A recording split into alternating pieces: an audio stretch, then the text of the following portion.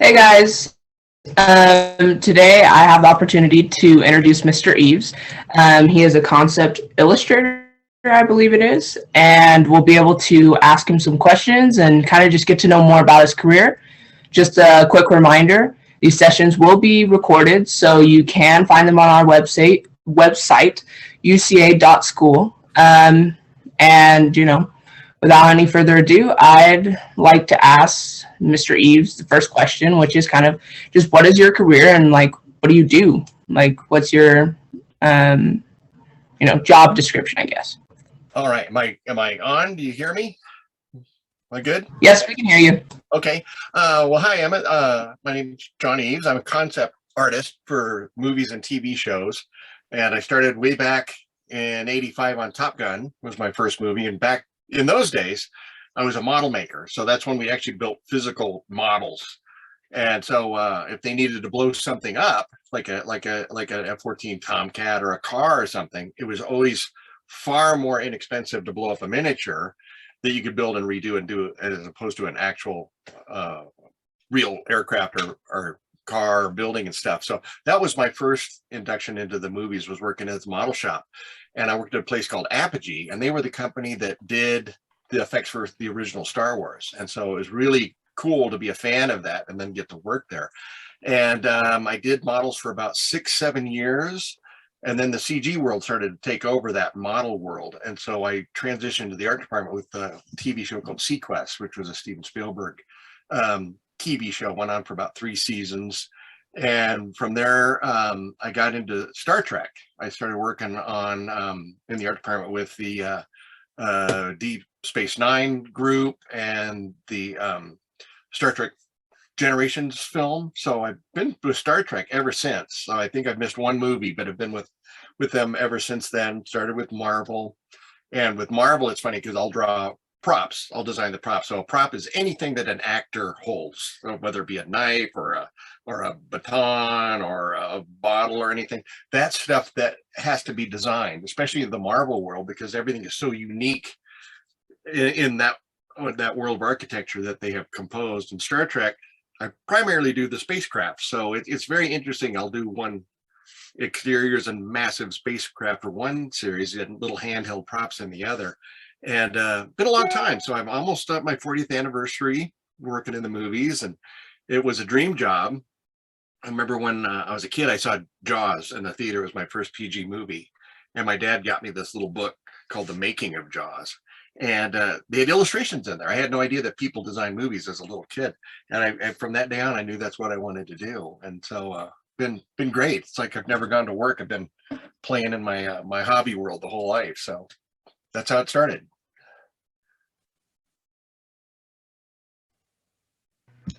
I have the next question.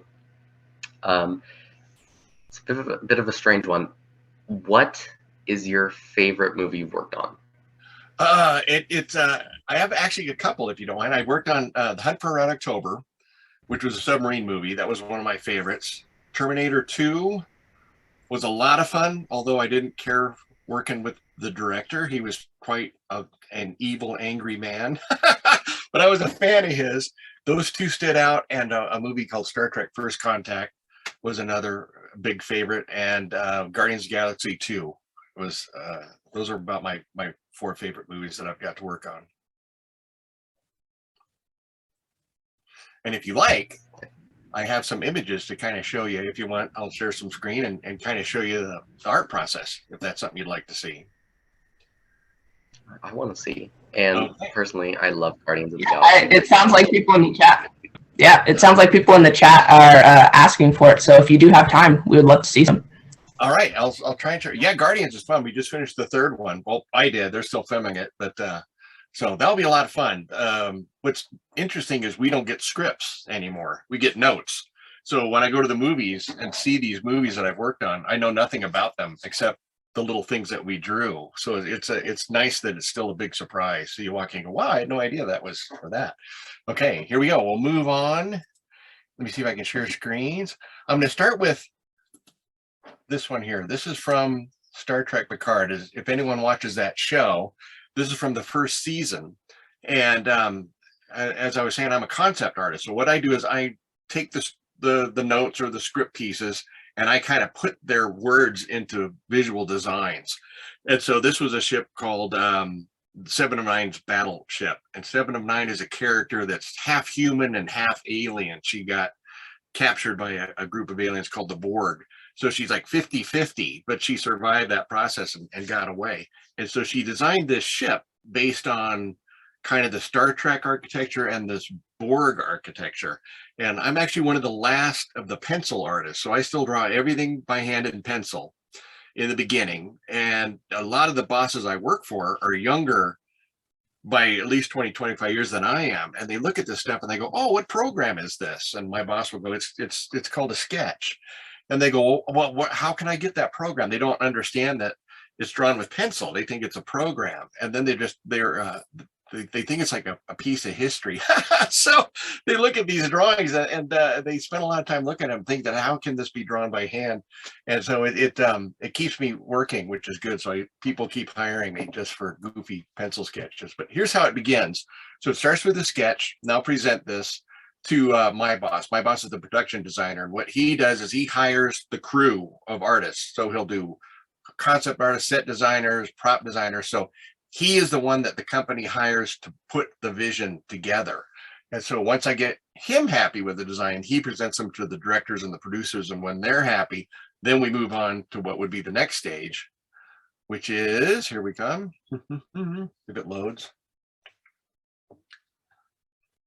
Look at that beautiful spinning wheel. My favorite thing in the world. Okay, we'll see if it clicks on. It's taking its time. But anyways, from the drawing sense, once that's approved, we'll go to color. And I'll scan it and I'll put it in Photoshop at that point. And there you go. And so I put it in Photoshop and I'll do a color variation on it.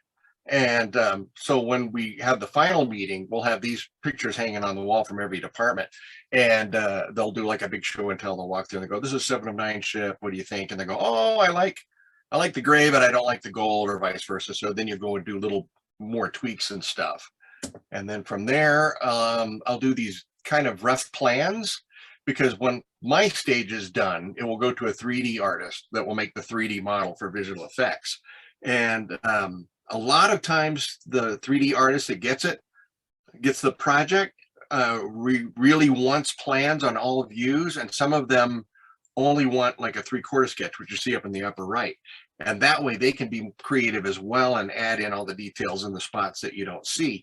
And so it's a really interesting collaboration where some of the artists are very seasoned and they like to add their own architectural designs, which is very cool. And then there are those that need exactly everything drawn out so they can copy it and make it in the 3D model. And here's another grayscale version. And that's the final color version of the ship there. And so that's kind of where those go. I'm going to stop sharing that and show you one more segment here. And this is can you see this? We still Never shared yet. You can't see it. I'll reshare that. Yeah, you have to reshare it. Stop sharing. There you go. Okay. This is called a keyframe. And what this is it's a sequence of elements. This is before they actually do the visual effects. And so what we do is we do like a living kind of storyboard and visuals of an effect that's going to happen. And so they will take these little drawings, we'll do a little sequence. And if it gets approved, it will be VFX, and they will kind of take this as a blueprint, and they'll do their own kind of variation based on these kind of ideas.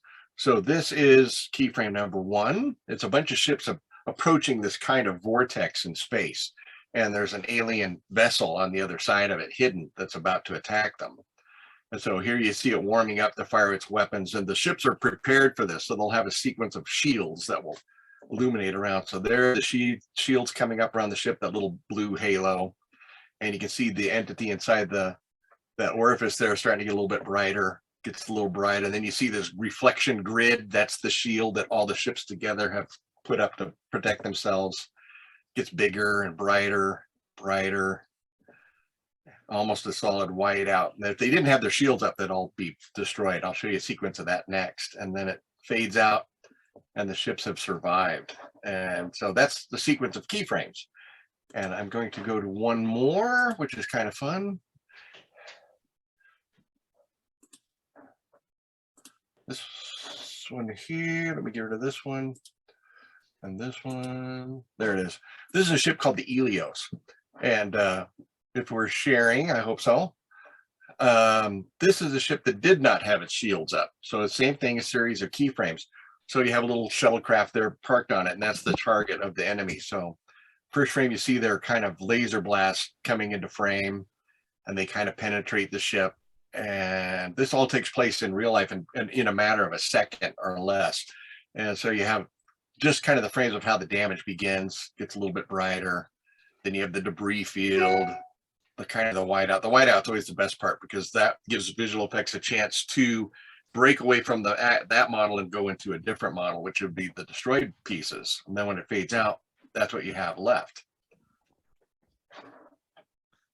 So I'll stop sharing now and we can go back to any questions you had on it. But that's kind of the series of how artwork works. And so you do the concept stuff to design the ship, and then you do the keyframes of how it's going to be realized for the film or the TV show. And after that, visual effects takes over. So we're kind of a stepping stone. So we're the first stage in that whole process of what you see on the final film. So we do the artwork, then it goes to 3D modelers, then it goes to visual effects, and then it goes to post-production, and they put all the elements and the CG together. So it's pretty interesting to see.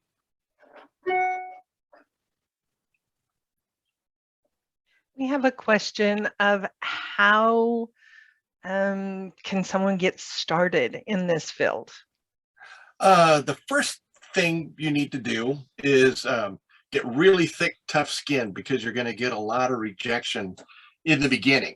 And so you have to realize that rejection is the same as approval on your stuff. It's just how you deal with it. So I remember when I started, I must have got at least 15 to 20 rejection notes, and you learn from those. And sometimes like if you're kind of hoping you'll get that job the first time, it never happens. So what you do is you put a portfolio together of your favorite pieces. With the internet now, we didn't have it when I was starting, but you can go study your favorite directors, your art people, your music people, costumes, and research them and learn what they do, how they present their stuff in movies. Learn to find a way to get a hold of them, because a lot of people will bring on an apprentice that will let you work in their shop and help them do what they do. And then you can really decide, hey, I really like this, I want to do it. Or you go, ooh, that's not what I was expecting. I might want to try a different career. But make a beautiful portfolio with about 12 of your favorite pieces. Don't do more than that. And make a nice resume. Put that together, and you can start sending that. It's more acceptable if you send it to the individuals instead of a company. Like say you want to work on a series that Paramount Pictures puts out. You'd never want to send your resume to Paramount Pictures, because it's lost forever, and you'll wait in vain for a response that will never come. So once you find an individual you like, say you like the Mad Max movies, you don't want to write the director George Miller. If you want to do art, you'll find the art gentleman, which his name is Colin Gibson. You'll write him directly. And most everyone has a Facebook page or a Twitter page or a LinkedIn page. And the more you know about someone before you write them, the better. But most of them are pretty responsive to letters coming in and out. And that's a great way to start. And so, and like I said, you have to have a lot of patience and learn from whatever critique they give you. Like say, hey, your artwork is horrible, I hate it, I don't like the presentation stuff. Don't let that deter you.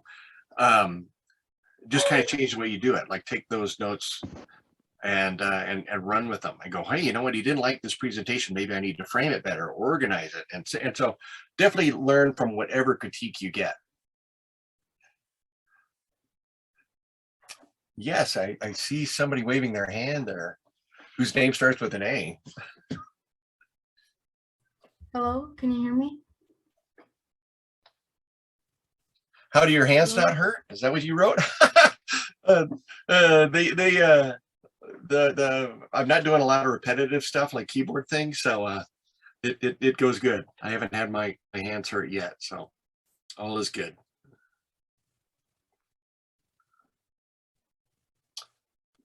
Okay. Emma, are you next?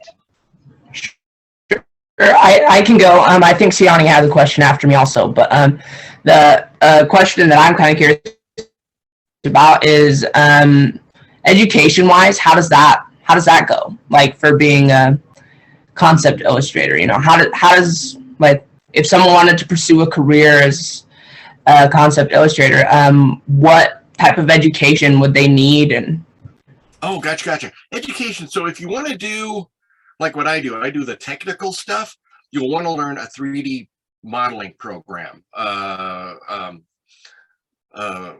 trying to think of the one. There's a free one that everyone is starting to use now. Oh, I can't think of it. It'll come to me before the end. But if you want to do technical stuff, you're going to learn a 3D program like Rhino or Maya, and that will give you the 3D stuff. If you like organic things like costumes and creatures and that kind of thing, you want to learn like ZBrush and some of the soft animation stuff. And so take on those things, and they all these programs have student rates, so you can get a student version of the programs. They're just as strong as the full version, but they're a lot less money. And Blender is the one I was talking about. Blender is free, and it operates on the Mac M1 system or your PC systems, and that is a 3D program where you can learn to do 3D modeling.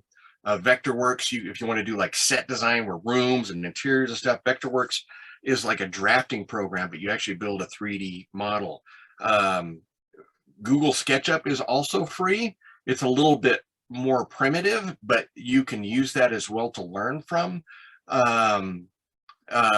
So in any of your fields, 3D modeling is what you need to learn in whichever venue you want to go with, whether organic or structural, because that's the way they tell stories. And when they do the presentations at meetings, if you have a set that you just drew, they go, can we see what it looks like from this view? You can rotate it. And the same with a costume or a creature. And so anything that you can add motion to really helps you out a lot. After that, I'd say get experience in any way you can. Go get a novel or a book, take a sequence out of it that you like or a chapter, and just draw it up, animate it, do whatever you want, just to show that you know how to present a story. And learning how that flow works. There's all kinds of documentaries on YouTube and stuff. Behind the scenes, take a movie you like and go see the making of, which is usually on YouTube or the back of the DVD. And when your department comes up that you're interested in, they usually will show you a whole lot of stuff, and you go a little bit further, you go to their personal websites and they'll show their style and their technique and what they do. And so I'd say anything you can learn in the computer 3D is fantastic.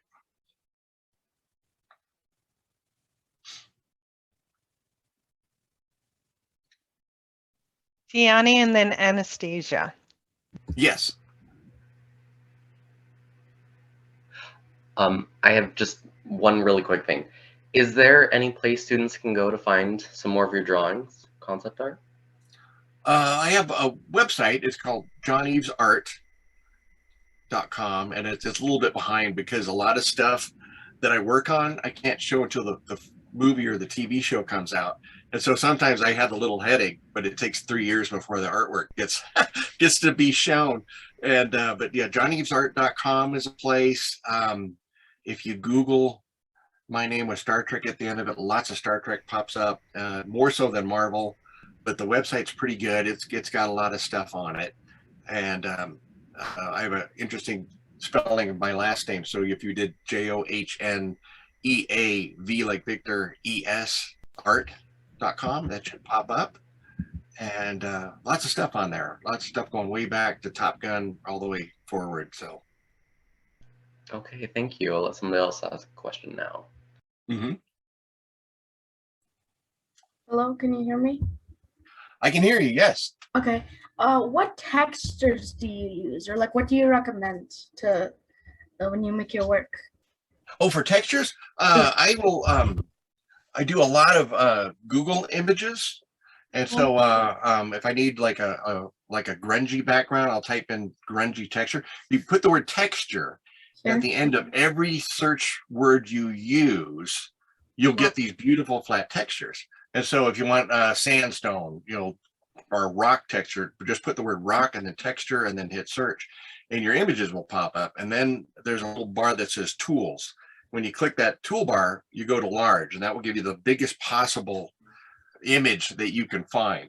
And so I'll do that with everything. I'll do leather texture, I'll do sand texture, metal texture. You can even get a little bit broader and you go sci-fi texture, and there'll be all these beautiful sci-fi walls that you can use and stuff. And so texture is the best word to put at the end of a Google search.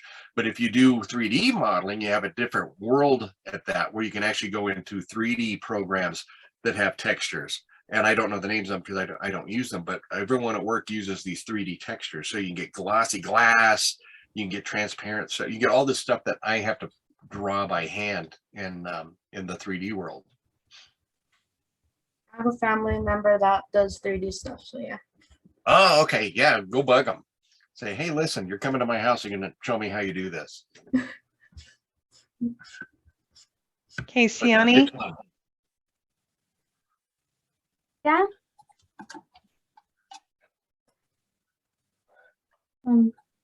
Sorry, can you hear me?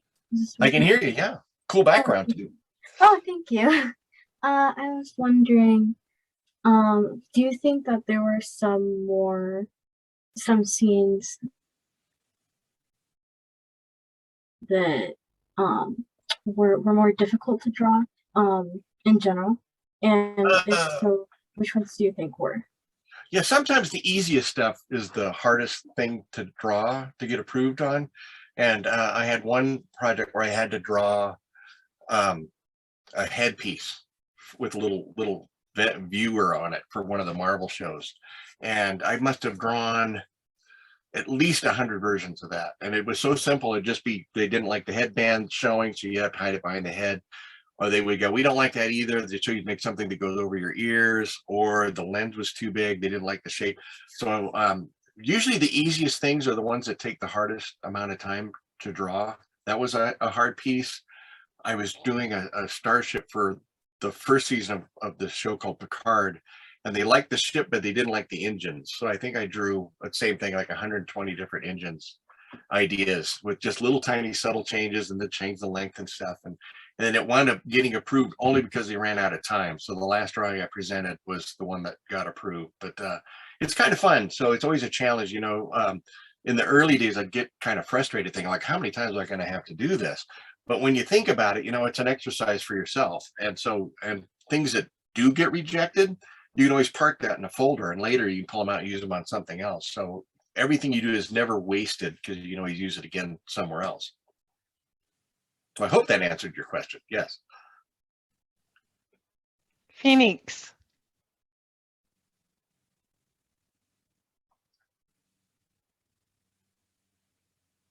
You are muted, Phoenix, but it's your turn. Phoenix. I'm from Phoenix, but spelled differently.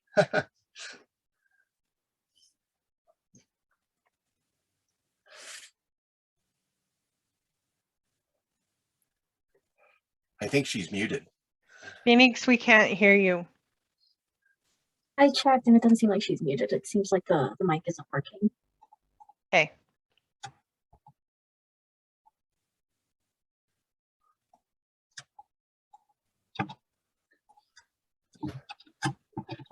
She's typing in chat. Okay.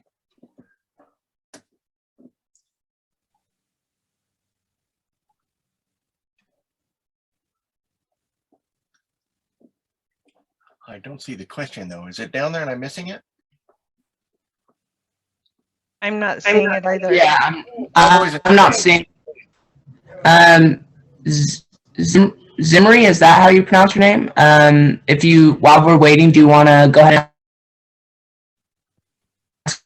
Yeah, can you hear me? Question. I can. How are you? Good. So I was wondering, did you work on Avengers Endgame or any of the other Marvel movies? I started with Iron Man 2. So I did Iron Man 2, 3, Captain America 2, 3, Ant-Man 1 and 2, Guardians 2 and 3, all the TV shows, WandaVision, Loki. Although I didn't work on the Endgame movies. I wanted to in the Avenger movies, but my boss does all of the props for all of the Marvel movies. So he puts me where he needs me most, so I don't always get to work on the ones I want to. I just work on the ones he assigns me. But I love all of those movies. The Avengers were really, really cool, and it was kind of funny to watch them and not. I'd see little things sprinkle in there every once in a while that I drew, but didn't always drawn for the show. The last Spider-Man movie, I did if you saw that one, all the cures that the bad guys have that Spider-Man designs and builds. I did all the cures for them, like the Doc Ock piece and Sandman's cure and stuff. So yeah, Marvel's a wonderful, wonderful world. Speaking of movies, oh, sorry, go ahead. Oh, I was gonna say, if we have time, I can show you just a couple quick Marvel drawings. I'm not sure, Mr. G or Mrs. Cornwall. Sure. We're at the end. Sure, yes, go. Okay, I'll just show you a couple things, and we'll pull out of that.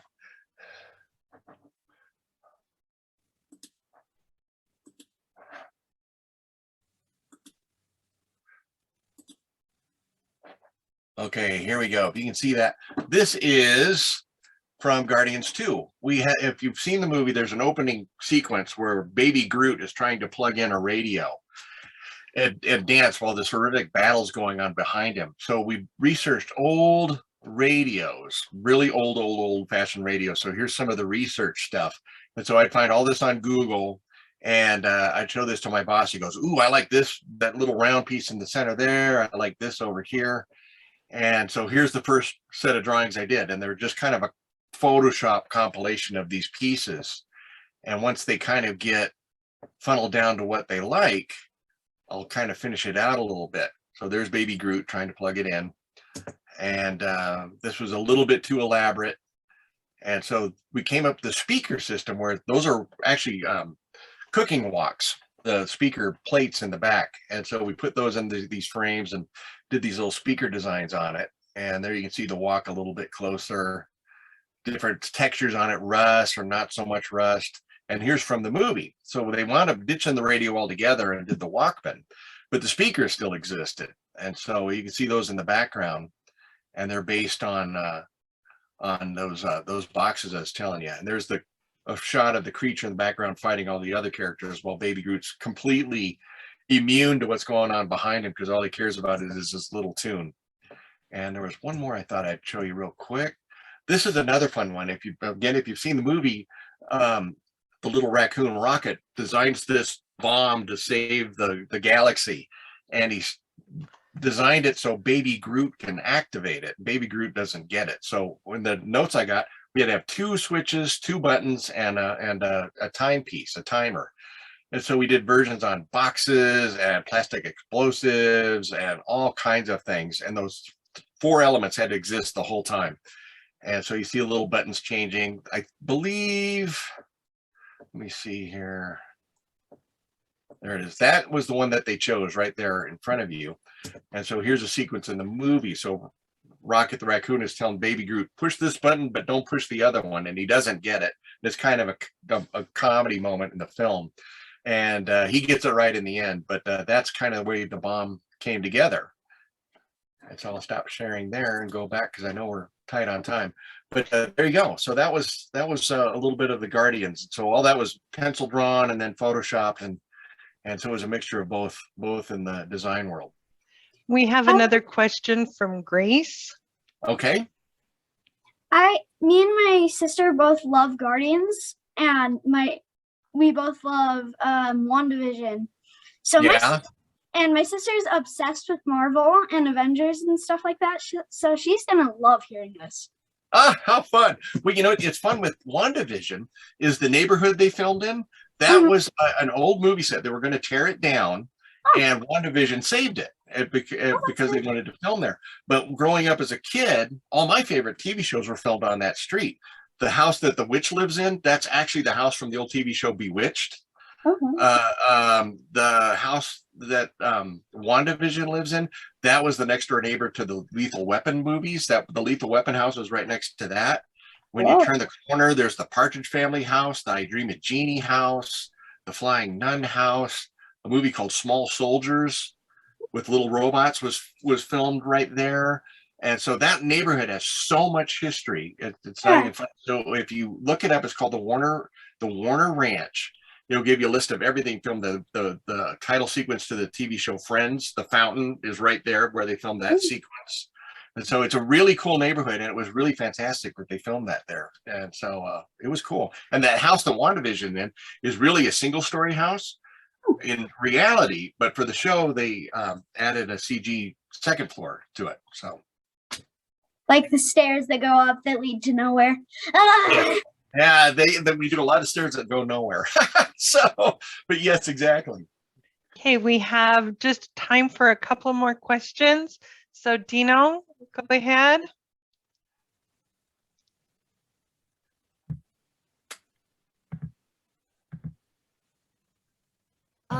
I was wondering, did you do the movies of Godzilla 2014 and Godzilla King of the Monsters, or KOTM?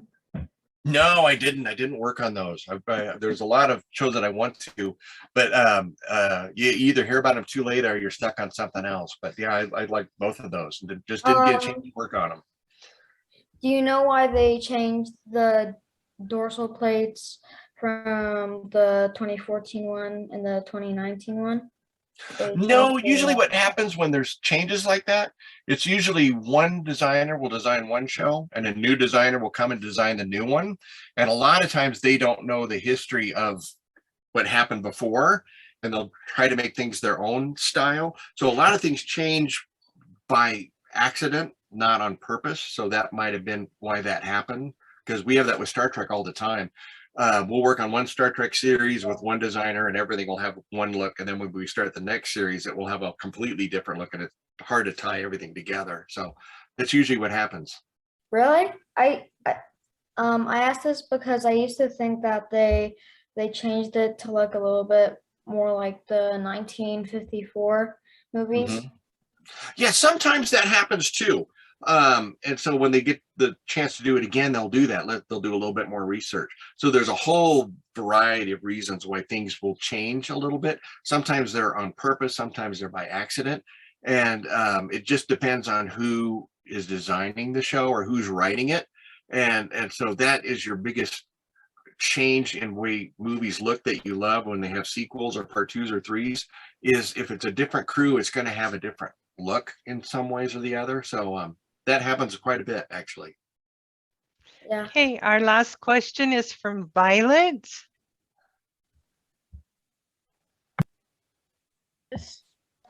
Hi, can you hear me?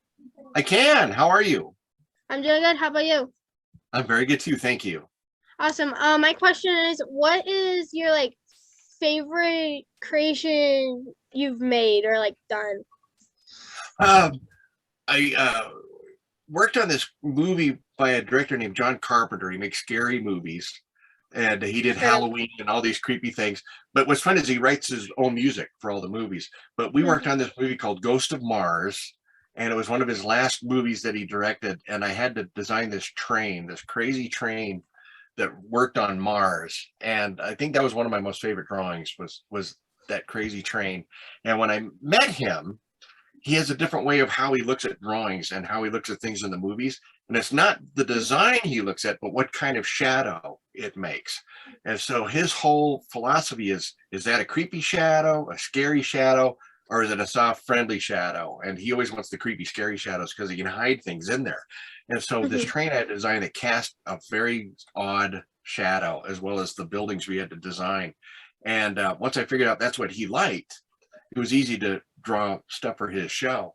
But that train was definitely a highlight. So, and they filmed it in New Mexico at a gypsum mine, and they left it there after the movie was done. So the train is actually still sitting there 20-some years later.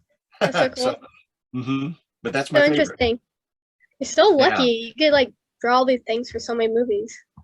Oh yeah, and sometimes we get to collect some of the stuff from the shows. So it's kind of fun. So you build a little museum of all the things you did for shows. Well, thank you very much for your question. That was a very good one. Yeah, on the behalf of the UCA community, I think we're also grateful that you were able to come out and talk to us a little bit about your career and kind of just share some of those pictures. And it was really exciting to, kind of see and like hear about the process of how that goes. So thank you so much. We appreciate it. My pleasure. And you can, if you get on that website, I was talking about my website, you can ask questions on there too. So if you had anything you didn't get to ask, feel free to go over there and do it. I'll make sure to leave a question. All right. Okay. Thank you very much. Thank you so Everyone have a good one. much. Bye-bye. Bye.